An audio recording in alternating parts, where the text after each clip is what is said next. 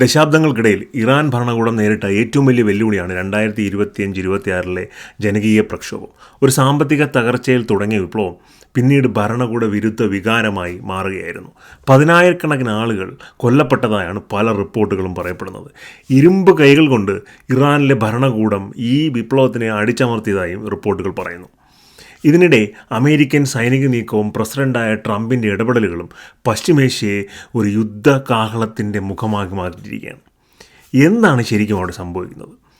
വാർത്താമാധ്യമങ്ങൾ പറഞ്ഞതിനും അപ്പുറം ഇറാനിലെ ജനകീയ പ്രക്ഷോഭത്തിനുള്ള പ്രധാനപ്പെട്ട കാരണം എന്താണ് ഇറാനിൽ സംഭവിച്ചുകൊണ്ടിരിക്കുന്നത്? അമേരിക്ക ഇറാനെ ആക്രമിക്കുമോ? ഈ വിഷയങ്ങളിലേക്കാണ് നമ്മളൊന്ന് പോകുന്നത്. Welcome to white board stories.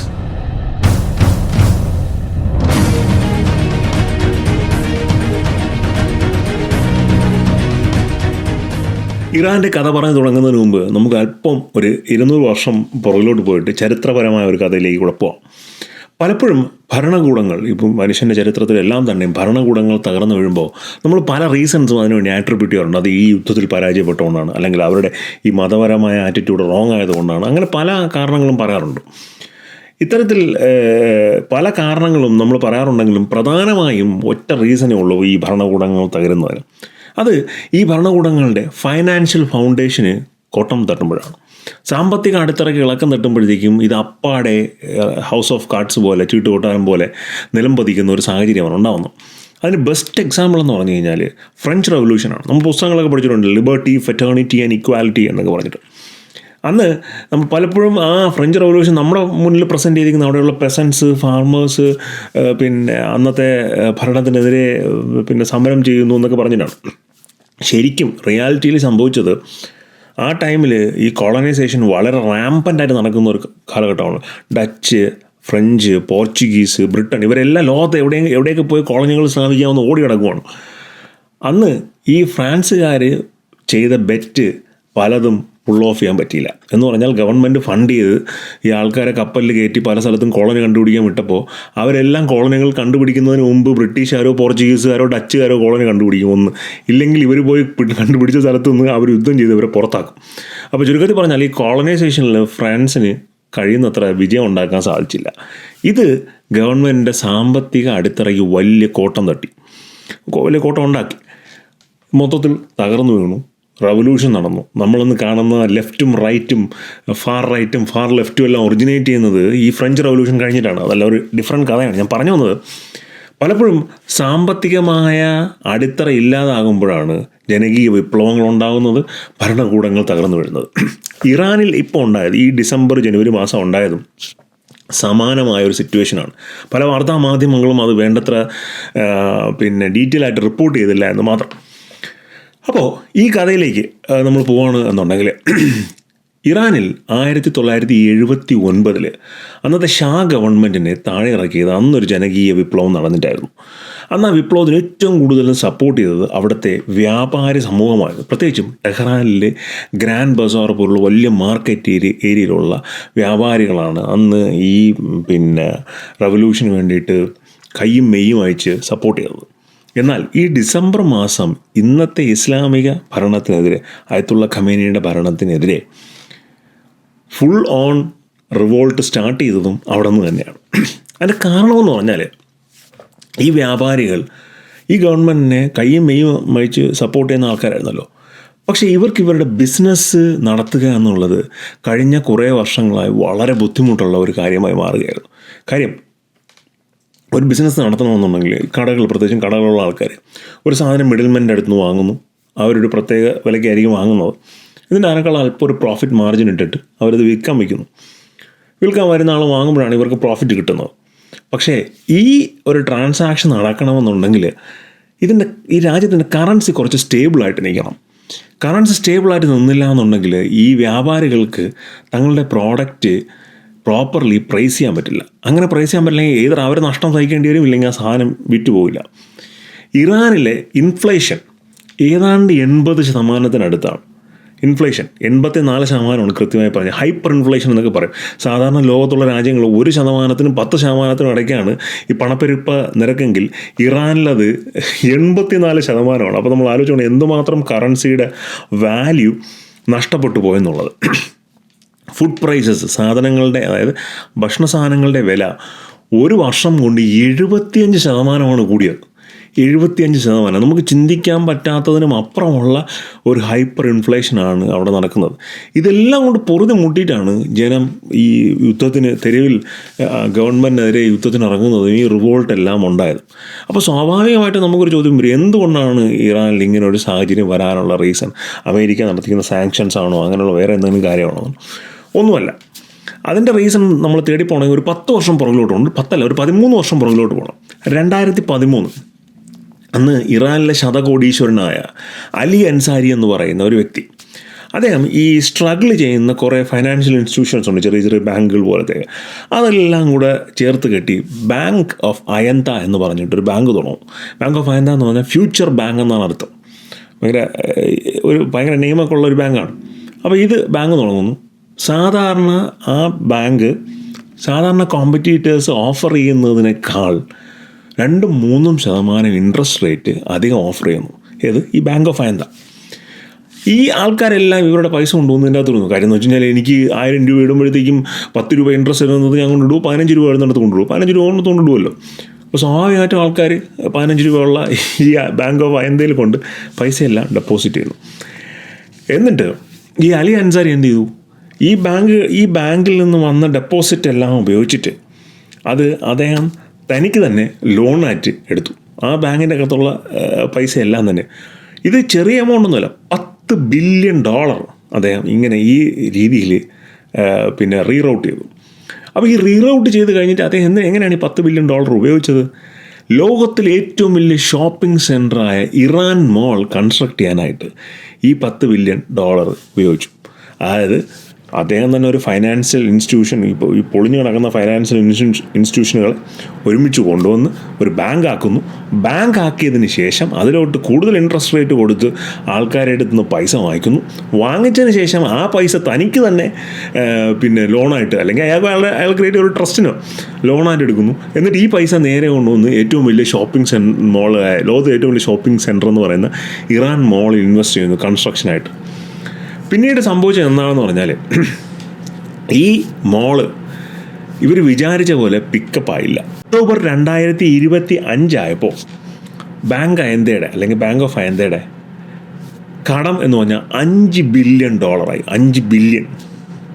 5 billion ആണ്. 5 ബില്യൺ, 1 ബില്യൺ എന്നൊക്കെ പറഞ്ഞു കഴിഞ്ഞാൽ ഏതാണ്ട് ഇന്നത്തെ റേറ്റ് വെച്ച് ഒരു 9,000 കോടി രൂപയ്ക്ക് അടുപ്പിച്ച് വരുമെന്നാണ് എൻ്റെ ഒരു കണക്ക്.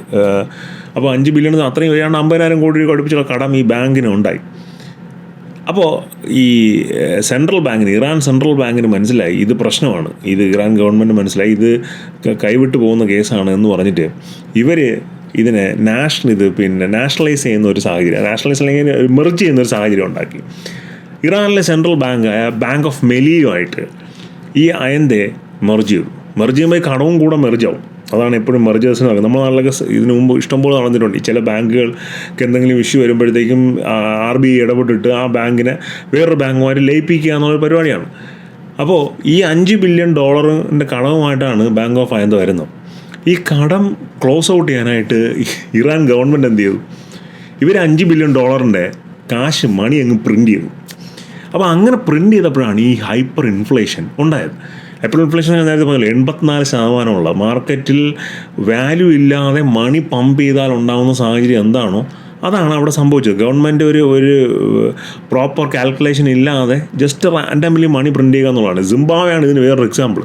ഈ സിംബാബ്വേയിലെ കഥ നമ്മൾ പറയുവാണെങ്കിൽ റോബർട്ട് മുഗാബെ എന്ന് പറയുന്ന ഒരു വ്യക്തിയെക്കുറിച്ച് പറഞ്ഞു കഴിഞ്ഞാൽ ഒരു ദിവസം മുഴുവനായി പറയാനുള്ള കഥ എൻ്റെ അകത്തുണ്ട്, നമുക്ക് വേറൊരു ദിവസം പറയാം. പക്ഷേ അങ്ങനെ കാശ് പ്രിൻ്റ് ചെയ്ത് കഴിഞ്ഞാൽ ഹൈപ്പർ ഇൻഫ്ലേഷൻ ഉറപ്പാണ്. അത് ഇറാനിൽ സംഭവിക്കുന്നു. അങ്ങനെ ഇങ്ങനെ ഈ കാശ് അച്ചടിച്ച് കഴിഞ്ഞപ്പോൾ ഇതിൻ്റെ ഒരു ഇമ്പാക്റ്റ് ഡയറക്റ്റായിട്ട് ഫീൽ ചെയ്തത് നമ്മുടെ മെർച്ചൻസിനാണ്. ഈ മെർച്ചൻസിന് ഇറാൻ ചരിത്രവുമായി വലിയ പ്രാധാന്യമാണ്. പ്രത്യേകിച്ചും ആധുനിക ചരിത്രവുമായി വലിയ കൂട്ടുപിഴഞ്ഞു കിടക്കുന്ന ഒരു പ്രാധാന്യം മെർച്ചൻസ് ഗ്രൂപ്പിനുണ്ട്. ബാസാറീസ് എന്നാണ് അവർ അറിയപ്പെടുന്നത്. നമ്മൾ നാട്ടിലൊക്കെ ബാസാർ എന്ന് പറയുന്ന പോലെ ബാസാറീസ് എന്നാണ് അറിയപ്പെടുന്നത്. അപ്പോൾ അവരാണ് 1979 ഗവൺമെൻറ്റിന് ഈ അന്നുണ്ടായിരുന്ന ഷാ ഭരണകൂടത്തിന് താഴെ ഇറക്കാനായിട്ട് കൺസർവേറ്റീവ് പൊളിറ്റീഷ്യൻസിന് എല്ലാവിധ സപ്പോർട്ട്സും കൊടുത്ത, ഇസ്ലാമിക് കൺസർവേറ്റീവ് പൊളിറ്റീഷ്യൻസിന് എല്ലാവിധ സപ്പോർട്ടും കൊടുത്തത് ഇവരാണ്. ഇവർ ഡിസംബർ 25 ടെഹ്റാനിലെ അലദിൻ ഷോപ്പിംഗ് സെൻറ്റർ, ചാസോ മോൾ, അവിടേക്കുള്ള അവരുടെ കടകളൊക്കെ അടച്ചിട്ട് തെരുവിൽ പ്രക്ഷോഭത്തിനിറങ്ങി. വ്യാപാരികൾ മരണപ്പെട്ടാലും ഞങ്ങൾ അപമാനിതരാവില്ല എന്നുള്ള സ്ലോഗനും വിളിച്ചിട്ടാണ് അവരിറങ്ങിയത്. അവരുടെ കാരണമെന്ന് പറഞ്ഞു കഴിഞ്ഞാൽ പല കാരണങ്ങളുണ്ടായിരുന്നു. ഒന്ന്, ഈ ഹൈപ്പർ ഇൻഫ്ലേഷൻ കൺട്രോൾ ചെയ്യാനായിട്ട് ഗവൺമെൻറ് എന്ത് ചെയ്യുമെന്ന് പറഞ്ഞാൽ ഓരോ സാധനത്തിനും ഇത്രമാത്രം വിലയെ ഈടാക്കാൻ സാധിക്കൂ എന്ന് പറഞ്ഞ ഒരു റൂൾ ഇറക്കി. അപ്പോൾ അങ്ങനെയുള്ള റൂൾ ഇറക്കുമ്പോൾ ഇവർ നഷ്ടത്തിൽ വിൽക്കണം. അതാണ് പ്രശ്നം. ഇവർക്ക് വില കൂട്ടി വിൽക്കാൻ പറ്റില്ല. വില കൂട്ടി അവർ പ്രൈസ് ഗോ ചെയ്യണമെന്ന് പറഞ്ഞിട്ട് ആ രീതിയിലുള്ള പ്രശ്നങ്ങളുണ്ടായി. അങ്ങനെ എല്ലാ സൈഡിൽ നിന്ന് ഇവർക്ക് പ്രഷർ സഹിക്കാതെ വന്നപ്പോഴാണ് ഇവർ നേരെ തെരുവിലിറങ്ങി ഈ പ്രക്ഷോഭം സ്റ്റാർട്ട് ചെയ്തത്. പക്ഷെ പ്രക്ഷോഭം പിന്നെ ആളി പടർന്നപ്പോൾ അതിൽ വ്യാപാരികളുടെ ആവശ്യങ്ങൾക്ക് മുകളിലായിട്ട് ഒരു ഇസ്ലാമിക അടിച്ചമർത്തലിനെതിരെയുള്ള ഒരു പ്രതിഷേധമായി മാറി. സ്ത്രീകൾക്ക് ഉള്ള ഹിജാബ് അവർ കത്തിച്ച് കളയുന്നതും മറ്റുമൊക്കെയുള്ള രീതിയിൽ ഈ പ്രതിഷേധം മാറി. പക്ഷേ ഇതിൻ്റെ റൂട്ട് ഫൗണ്ടേഷൻ ഇഷ്യൂ, ഇതിൻ്റെ ട്രിഗറിങ് പോയിന്റ് എന്ന് പറഞ്ഞു കഴിഞ്ഞാൽ ഈ ഹൈപ്പർ ഇൻഫ്ലേഷൻ തന്നെയായിരുന്നു. അങ്ങനെ ഇരിക്കുകയാണ് ഈ പ്രക്ഷോഭം നടക്കുമ്പോഴാണ് അമേരിക്കൻ പ്രസിഡൻ്റായ ഡൊണാൾഡ് ട്രംപ് ട്രൂത്ത് സോഷ്യൽ പ്ലാറ്റ്ഫോമിൽ അദ്ദേഹം പറയുന്നു, help is on the way, നിങ്ങൾ കുറച്ച് നേരം കൂടെ പിടിച്ചു നിൽക്കുമെന്ന് പ്രൊട്ടസ്റ്റേഴ്സിന് ഒരു പോസിറ്റീവ് എനർജി കൊടുക്കുന്ന രീതിയിൽ അദ്ദേഹം പറയുന്നു. അത് മാത്രമല്ല, അദ്ദേഹം പറയുന്നു ഏതെങ്കിലും പ്രൊട്ടസ്റ്റേഴ്സിനെ പീസ്ഫുള്ളായിട്ട് പ്രൊട്ടസ്റ്റ് ചെയ്യുന്ന ആൾക്കാരെ പിടിച്ചിട്ട് ഇറാൻ എക്സിക്യൂട്ട് ചെയ്ത് കഴിഞ്ഞാൽ അമേരിക്ക റിറ്റാലിയേറ്റ് ചെയ്യും, അത് അനുവദിക്കില്ല എന്നുള്ള രീതിയിലും അദ്ദേഹം പറയുന്നു. അപ്പോൾ ഇത് ശരിക്കും പറഞ്ഞാൽ അമേരിക്ക പറഞ്ഞത് ഇറാൻ കേട്ടു എന്ന് വേണം നമുക്ക് മനസ്സിലാക്കുന്നത്. കാരണം ഇറാൻ തൂക്കിക്കൊല്ലാനായി സെലക്ട് ചെയ്തിരുന്ന ഏതാണ്ട് 1000-ഓളം വരുന്ന പ്രൊട്ടസ്റ്റേഴ്സിനെ അവർ വിട്ടയക്കുന്നു. പിന്നെ എന്നാലും ഏതാണ്ട് 10,000-കണക്കിന് ആൾക്കാർ ഈ പ്രൊട്ടസ്റ്റുകളിൽ മൊത്തമായി കൊല്ലപ്പെട്ടു എന്നാണ് പല വാർത്താ മാധ്യമങ്ങളും പറയുന്നത്. അത് സ്ഥിരീകരിച്ചിട്ടില്ല, കൃത്യമായ റിപ്പോർട്ടുകളൊന്നും തന്നെയും ഇല്ല. അപ്പോൾ ഇങ്ങനെയുള്ള കാര്യങ്ങളുണ്ടാകുന്ന ഇറാനുമായി ബിസിനസ് നടത്തുന്ന ഏതൊരു രാജ്യത്തിനെതിരെയും മേലും അമേരിക്ക 25% താരിഫ് ചുമത്തുന്നു. അപ്പോൾ ഈ കഴിഞ്ഞ വർഷം ഇറാൻ്റെ ന്യൂക്ലിയർ ഫെസിലിറ്റീസിൽ അമേരിക്ക B-2 ബോംബേഴ്സ് ഉപയോഗിച്ചിട്ട് ഒരു അറ്റാക്ക് നടത്തിയിട്ടുണ്ടായിരുന്നു. ഞാൻ അന്ന് B-2 ബോംബേഴ്സിനെ പറ്റി ഒരു വീഡിയോ ചെയ്തിട്ടുണ്ടായിരുന്നു. അപ്പോൾ അങ്ങനെയുള്ള ഒരു സാഹചര്യത്തിലാണ് ട്രംപ് വീണ്ടും പറയുന്നത്, നിങ്ങൾ ഇനിയും അവിടെ പ്രശ്നം കാണിച്ചു കഴിഞ്ഞാൽ അമേരിക്ക അവിടെ അറ്റാക്ക് ചെയ്യും എന്നുള്ള രീതിയിൽ ഒരു അനൗൺസ്മെൻറ്റ് നടത്തുന്നത്. പക്ഷേ ഇന്നിപ്പോൾ ഫെബ്രുവരി 5-6 ടൈം ഫ്രെയിം ആയിട്ട് കൂടിയും അതുവരെയുള്ള അങ്ങനെയുള്ള നീക്കങ്ങളൊന്നും അമേരിക്ക നടത്തിയിട്ടില്ല. ഇറാനിലെ മന്ത്രിമാർ മുന്നോട്ട് വന്ന് നമ്മൾ ഡിസ്കഷന് തയ്യാറാണ്, ഫെയർ ആൻഡ് ഇക്വിറ്റബിൾ ഡീലിന് തയ്യാറാണ് എന്നുള്ള രീതിയിലാണ് സംസാരിക്കുന്നത്. അതായത് ന്യൂക്ലിയർ വിഷയം സംസാരിക്കാൻ തയ്യാറാണ്, അതിൽ അമേരിക്കയുമായി ഒരു ഡീലുണ്ടാക്കാൻ തയ്യാറാണ് എന്നുള്ള രീതിയിലാണ് ഇവർ ഇറാനിലെ മന്ത്രിമാരും പറയുന്നത്. ഡിസ്കഷൻസും ഈ അങ്ങോട്ടും ഇങ്ങോട്ടുമുള്ള വാക്പയറ്റുകളെല്ലാം നടക്കുന്നതിനിടെ വേറൊരു കാര്യം നടക്കുന്നതായിരുന്നു. ഖത്തറിലെ അൽ ഉദൈദ് ബേസിൽ അമേരിക്കൻ ബേസാണ്, അമേരിക്കൻ ആർമി മിലിറ്ററി ബേസാണത്. അവിടെ അമേരിക്കയുടെ സൈനിക വ്യൂഹത്തിൻ്റെ ശക്തി കൂട്ടുന്നുണ്ടായിരുന്നു. ഏതാണ്ട് 10,000 അമേരിക്കൻ ട്രൂപ്സാണ് അൽ ഉദൈദിലുള്ളത്. അവിടെ മിലിറ്ററി അല്ലാത്ത ബാക്കിയുള്ള പേഴ്സണൽസുണ്ട്, ഓഫീസ് പേഴ്സണലുണ്ട്. അവരെല്ലാം റീലൊക്കേറ്റ് ചെയ്യിപ്പിക്കുന്നു. ഇറാനിലുള്ള അമേരിക്കൻ പൗരന്മാരോട് എത്രയും പെട്ടെന്ന് ഇറാൻ വിടണമെന്ന് അമേരിക്ക നിർദ്ദേശം കൊടുക്കും. ഇതെല്ലാം നടന്നത് ജനുവരി 14-15 ടൈം ഫ്രെയിമിലാണ്. ഈ പല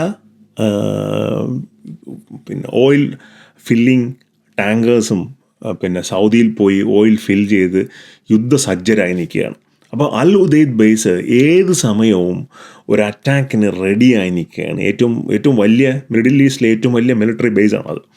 അപ്പോൾ അമേരിക്ക എല്ലാ സർവ്വസന്നാഹങ്ങളോടുകൂടിയും നിൽക്കുകയാണ്. ഇപ്പുറത്തെ സൈഡിൽ ഇറാൻ പറയുന്നു, ഞങ്ങൾ ഡയലോഗിന് റെഡിയാണ്, ഞങ്ങൾക്ക് ചർച്ചയിലൂടെ ഈ വിഷയം പരിഹരിക്കണമെന്നാണ് ആഗ്രഹം. പക്ഷേ ഇടയ്ക്കിടയ്ക്ക് അമേരിക്കയ്ക്കിട്ട് ഇത് അങ്ങനെ ഒന്നും അറ്റാക്ക് ചെയ്യാൻ പറ്റില്ല, അറ്റാക്ക് ചെയ്താൽ ഞങ്ങൾ തിരിച്ചടിക്കും എന്നൊക്കെ പറയുന്നുണ്ട്. ഇറാൻ്റെ റവല്യൂഷണറി ഗാർഡ്സ് ഉണ്ടല്ലോ, അവരെ വെച്ചിട്ട് അവർ തിരിച്ചടിക്കും എന്നുള്ള രീതിയിൽ പറയുന്നുണ്ട്.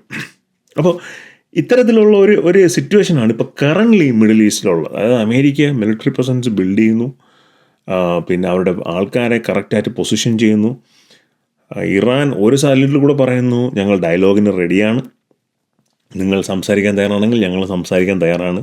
അതിനോടൊപ്പം തന്നെ അവർ വേറൊരു ആംഗിളിൽ കൂടെ പറയും, അമേരിക്ക ഇറാൻ്റെ കാര്യങ്ങളിൽ ഇടപെടാൻ അവകാശമില്ല, ഇറാൻ ഒരു സ്വതന്ത്ര രാജ്യമാണ്. അതിനോടൊപ്പം തന്നെ അമേരിക്കയുടെ കൂട്ടാളികളായ സൗദി, ടർക്കി, ഒമാൻ, ഖത്തർ ഇവരുടെ അടുത്തൊക്കെ പറയുന്നു, നിങ്ങൾ എവിടെയെങ്കിലും അമേരിക്കക്കാരെ ഹൗസ് ചെയ്തിട്ടുണ്ടെന്നുണ്ടെങ്കിൽ you guys are also the potential targets, നിങ്ങളെ ഞങ്ങൾ അറ്റാക്ക് ചെയ്യുമെന്നുള്ളതാണ്. ചുരുക്കത്തിൽ പറഞ്ഞു കഴിഞ്ഞാൽ മിഡിൽ ഈസ്റ്റ് ഒരു വാർ സോൺ ആക്കും എന്നുള്ളതാണ് ഇപ്പോഴത്തെ കറണ്ടിലെ രണ്ട് പാർട്ടികളുടെ അമേരിക്കൻ ഇറാൻ സിറ്റുവേഷൻ എത്തി നിൽക്കുന്നത്. ഇനി ജനുവരി 23 അമേരിക്കൻ പ്രസിഡൻ്റായ ട്രംപ് പറയുന്നു, we have a massive fleet of artilleries and people moving in to Middle East എന്ന്. അദ്ദേഹം അത് വെറുതെ പറഞ്ഞതല്ല. ശരിക്കും അമേരിക്കയുടെ സൗത്ത് ചൈന സീയിലുണ്ടായിരുന്ന നേവൽ ഫ്ലീറ്റിനെ അമേരിക്ക റീഡയറക്റ്റ് ചെയ്ത് ഈ ഖത്തർ അൽ-ഉദൈദിലോട്ട് കൊണ്ടുവന്നിരിക്കുകയാണ്. ഈ അമേരിക്കൻ നേവൽ ഫ്ലീറ്റ് എന്ന് പറഞ്ഞു കഴിഞ്ഞാൽ അൺഇമാജിനബിളി പവർഫുള്ളാണ്. ദേ ആർ ലൈക്ക്, നമ്മൾ ഒരു ആവേശത്തിന് വേണമെങ്കിൽ പറയാം അത് അങ്ങനെയാണ് ഇങ്ങനെയാണെന്നുള്ളത്. കറൻ്റ്ലി വേൾഡിലുള്ള ഒരു ആർമിക്കും മാച്ച് ചെയ്യാൻ പറ്റാത്ത അത്രയും കപ്പാസിറ്റിയും ഡിസ്ട്രക്ഷൻ കപ്പാസിറ്റിയുള്ള പവർഫുൾനെസ് ഉള്ള ഒരു മിലിറ്ററി സെഗ്മെൻ്റ് അല്ലെങ്കിൽ മിലിറ്ററി യൂണിറ്റ് എന്നൊക്കെ വേണമെങ്കിൽ പറയാൻ സാധിക്കുന്ന ഒന്നാണ് അമേരിക്കയുടെ ഒരു നേവൽ ഫ്ലീറ്റ് എന്നൊക്കെ പറഞ്ഞാൽ. അതിനോട് അല്പം ഒന്ന് തട്ടി നിൽക്കാൻ പിടിച്ച് നിൽക്കാൻ ഒരു അല്പമെങ്കിലും കേപ്പബിലിറ്റി ഉള്ളത് റഷ്യയ്ക്കാണ്, അവരുടെ ന്യൂക്ലിയർ വെപ്പൺസൊക്കെ വെച്ചിട്ട്. പക്ഷേ ക്വാളിറ്റി വെപ്പൺസിൽ അമേരിക്ക സ്റ്റിൽ മൈൽസ് അഹെഡാണ്. അപ്പോൾ അങ്ങനെയുള്ള ഒരു ഫ്ലീറ്റ് നേരെ മിഡിൽ ഈസ്റ്റ് വരുന്നു. USS എബ്രഹാം ലിങ്കൺ, അതൊരു നിമിത് ക്ലാസ് കാരിയറാണ്. ഏറ്റവും പുതിയ വിമാനവാഹിനി കപ്പലാണ്. F-35, hornet, F-16 missile destroyers, Michael Murphy, പിന്നെ വേറെ സ്പ്രുണൻസ് എന്നൊക്കെ പറഞ്ഞിട്ട് കുറേ കപ്പൽ, വിമാനവാഹിനി കപ്പൽ, സോൾജേഴ്സ്, ഇതെല്ലാം മിഡിൽ ഈസ്റ്റിലോട്ട് എൻ്റയർലി മൂവ് ചെയ്തിരിക്കുകയാണ്. ഈ ട്രംപിൻ്റെ ഒരു അപ്രോച്ച് എങ്ങനെയാണെന്ന് പറഞ്ഞാൽ ഏത് സമയത്താണ് ഒരു ട്രിഗർ ഉണ്ടാകുന്നതെന്ന് പറയാൻ സാധിക്കില്ല. ഇപ്പോൾ 2 ദിവസം മുമ്പ് തന്നെ നമ്മൾ ഡ്രോൺ വെടിവെച്ചിട്ടതായിട്ടുള്ളൊരു വാർത്ത വരുന്നു. പക്ഷേ സ്റ്റിൽ ചർച്ചകൾ നടക്കുന്നു എന്നുള്ള വാർത്തയും വരുന്നു. അതായത് പല രാജ്യങ്ങളാണ് ഇതിന് മിഡിൽ ഈസ്റ്റിൽ പിന്നെ ഒരു മധ്യസ്ഥത വഹിച്ച് ഇത് ഡീൽ ചെയ്യുന്നത്. സൗദി അറേബ്യക്ക് പിന്നെ ഈ വിഷയത്തിൽ വലിയ താല്പര്യമുണ്ട്. ഒരു യുദ്ധം ഉണ്ടാകാതെ അവിടെ മാനേജ് ചെയ്യണമെന്നുള്ള വിഷയത്തിൽ വലിയ താല്പര്യമുണ്ട്. അതുപോലെ പല രാജ്യങ്ങൾക്കുണ്ട്. യുദ്ധം ആരും തന്നെ ആഗ്രഹിക്കുന്നില്ല. അപ്പം ആ രീതിയിലുള്ള ചർച്ചകൾ നടക്കുന്നുണ്ട്. ബട്ട് സെയിം ടൈം മിലിറ്ററിയും മൂവിങ് ചെയ്യുവാണ്.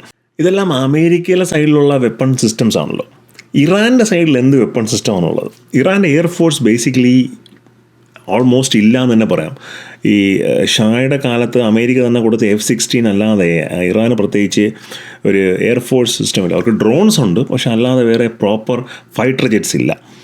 അപ്പോൾ അതുകൊണ്ട് തന്നെ ആ ഒരു ഏരിയ എംപ്റ്റിയാണ്. പിന്നെയുള്ള റെവല്യൂഷണറി ഗാർഡ്സാണ്.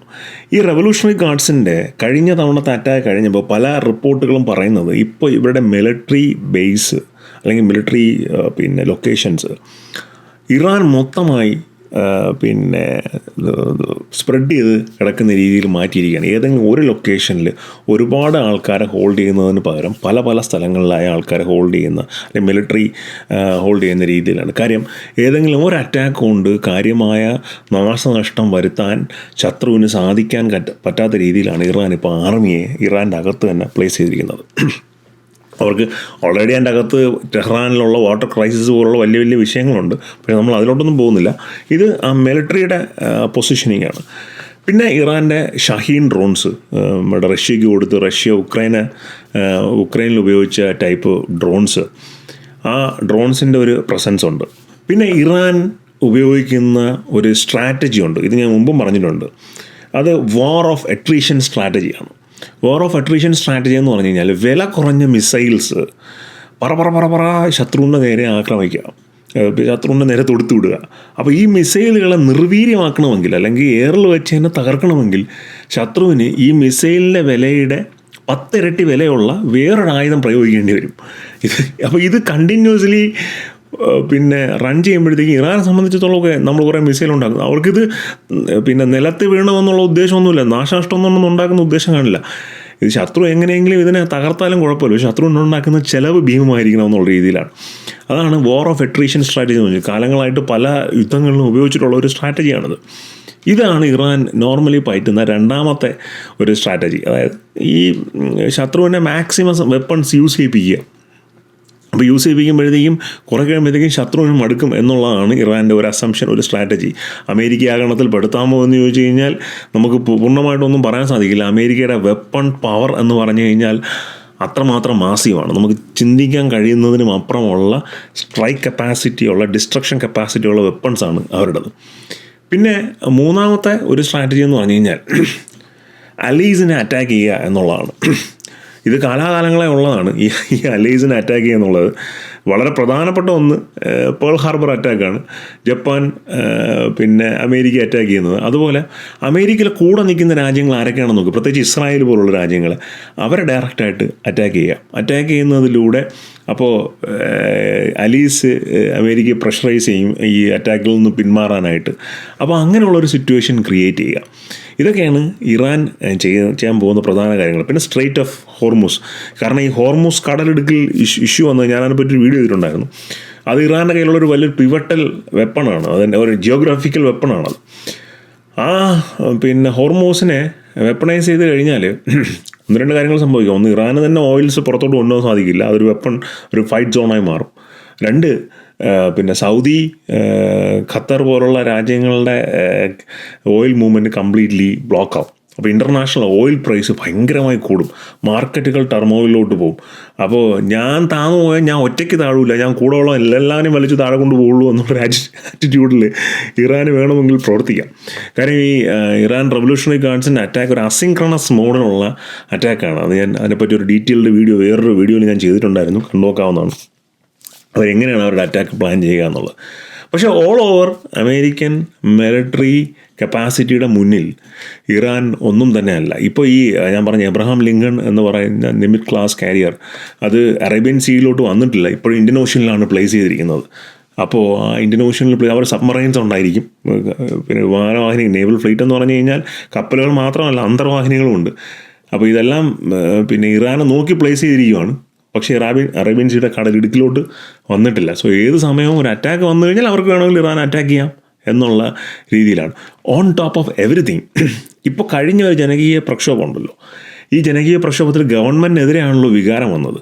അപ്പോൾ പുറത്തുനിന്ന് ഒരു എനിമി അറ്റാക്ക് ചെയ്യുമ്പോൾ സ്വാഭാവികമായിട്ടും ആൾക്കാരില്ല ഈ എനിമിക്ക് എതിരെ തിരിയും. അപ്പോൾ ഗവൺമെൻറ്റിനെതിരെയുള്ള വികാരത്തിനെ തണുപ്പിക്കാനും ആൾക്കാരുടെ പോയിൻ്റ് ഫുൾ പുറത്തേക്കുള്ള ഒരു എനിമിയിലോട്ട് ഫോക്കസ് ചെയ്യാനും ഇറാനെ ശരിക്കും പറഞ്ഞാൽ ഈ അറ്റാക്ക് ഹെൽപ്പ് ചെയ്യും. അങ്ങനെ ഒരു ആംഗിളും കൂടെ ഇതിന് ഉണ്ട്. ഇതെല്ലാം ആണെങ്കിൽ കൂടിയും ഇറാനിലെ മതഭരണകൂടം നേരിടുന്നത് വലിയ വെല്ലുവിളിയാണ്. അയത്തുള്ള ഖമേനിക്ക് ഇപ്പോൾ ഏതാണ്ട് 80 വയസ്സ് കഴിഞ്ഞു. അപ്പോൾ അദ്ദേഹത്തിന് ശേഷം ആരാണ് ഇനി വരാൻ പോകുന്നത്, ഇനിയുള്ള ഇറാനിലുള്ള ഫ്യൂച്ചർ എന്താണെന്നൊക്കെയുള്ള. അപ്പം വളരെ കാർക്കശ്യത്തോടെ നടപ്പിലാക്കിയിരുന്ന പല നിയമങ്ങൾക്കും ഇറാൻ സർക്കാർ പിന്നെ ഒരു റിലാക്സേഷൻ കൊടുത്തിട്ടുണ്ട്, പ്രത്യേകിച്ച് മ്യൂസിക് പോലുള്ള കാര്യങ്ങളിലൊക്കെ. അപ്പോൾ അങ്ങനെ ഒരു രീതിയിലേക്ക് ഇറാൻ മാറണമോ അതോ കടുത്ത മതപരമായ നിലപാടിൽ തന്നെ നിൽക്കണമോ തുടങ്ങിയ കാര്യങ്ങളൊക്കെ വരും ദിവസങ്ങളിൽ വലിയ ചർച്ചയാവും. ഇൻറ്റേർണലി അവർക്കകത്ത് തന്നെ വലിയ ചർച്ചയായി മാറാനുള്ള സാധ്യത ഉണ്ട്. പിന്നെ ഇങ്ങനെയൊക്കെ നമ്മൾ ഇതൊന്നും യുദ്ധമൊന്നും ഉണ്ടാകാതെ എല്ലാം മാറ്റി തിരിഞ്ഞു പോയാലും അവിടുത്തെ സമ്പദ് വ്യവസ്ഥ ആകെ പൊളിഞ്ഞിരിക്കുകയാണ്. സോ ജനകീയ പ്രക്ഷോഭം ഇനിയും ഉണ്ടാകാനുള്ള സാധ്യത വളരെ കൂടുതലാണ്. കുറച്ച് വർഷങ്ങൾക്ക് മുൻപ് ഉണ്ടായ മുല്ലപ്പൂർ റവല്യൂഷൻ പോലെ ഒരു വിപ്ലവം ഉണ്ടായി അവിടുത്തെ സർക്കാരിനെ മാറ്റി താഴെയിട്ട് വേറൊരു ഡെമോക്രാറ്റിക് ഗവൺമെൻറ് വരാനുള്ള സാധ്യതയും നമുക്ക് തള്ളിക്കളയാനായിട്ട്. ഇതിനും സിനിമയിൽ പൊട്ടിക്കാൻ നിൽക്കുന്ന തേങ്ങ പോലത്തെ അവസ്ഥയാണ് അവിടെ ഇപ്പോൾ നിൽക്കുന്നത്. ഞാൻ പേഴ്സണലി ബിലീവ് ചെയ്യുന്നത് അവിടെ ഒരു അറ്റാക്ക് നടക്കാനുള്ള സാധ്യത കുറവാണ് എന്നാണ്. പക്ഷെ ഒന്നും നമുക്ക് പറയാനായിട്ട് സാധിക്കില്ല. ട്രംപിനെ സംബന്ധിച്ചിടത്തോളം, അമേരിക്കൻ പ്രസിഡൻ്റായ ട്രംപിനെ സംബന്ധിച്ചിടത്തോളം വെനസ്വേലയിലെ ടേക്ക് ഓവർ പോലെ അത്ര ഈസി ആയിരിക്കില്ല ഇറാനിലെ take over. Still American capacity is huge. നമുക്കൊരിക്കലും പ്രെഡിക്റ്റ് ചെയ്യാൻ പറ്റാത്ത പിന്നെ ഡിസിഷൻസ് എടുക്കുന്ന ഒരാളാണ് ട്രംപ്. സോ അതുകൊണ്ട് തന്നെ ഒരു അറ്റാക്ക് ഉണ്ടാകാനുള്ള സാധ്യതയും നമുക്ക് തള്ളിക്കളയാനായിട്ട് സാധിക്കില്ല. അപ്പോൾ എന്തായാലും ഇറാനെ പറ്റിയുള്ള ഈ വിവരണവും ഈ ബാക്കി ഡീറ്റെയിൽസും ഒക്കെ നിങ്ങൾക്ക് ഇഷ്ടപ്പെട്ടു എന്ന് കരുതുന്നു. ഇഷ്ടപ്പെട്ടുണ്ടെങ്കിൽ വീഡിയോ ലൈക്ക് ചെയ്യുക, ഷെയർ ചെയ്യുക, സബ്സ്ക്രൈബ് ചെയ്യുക. മറ്റൊരു വീഡിയോ ആയിരിക്കും. ബൈ.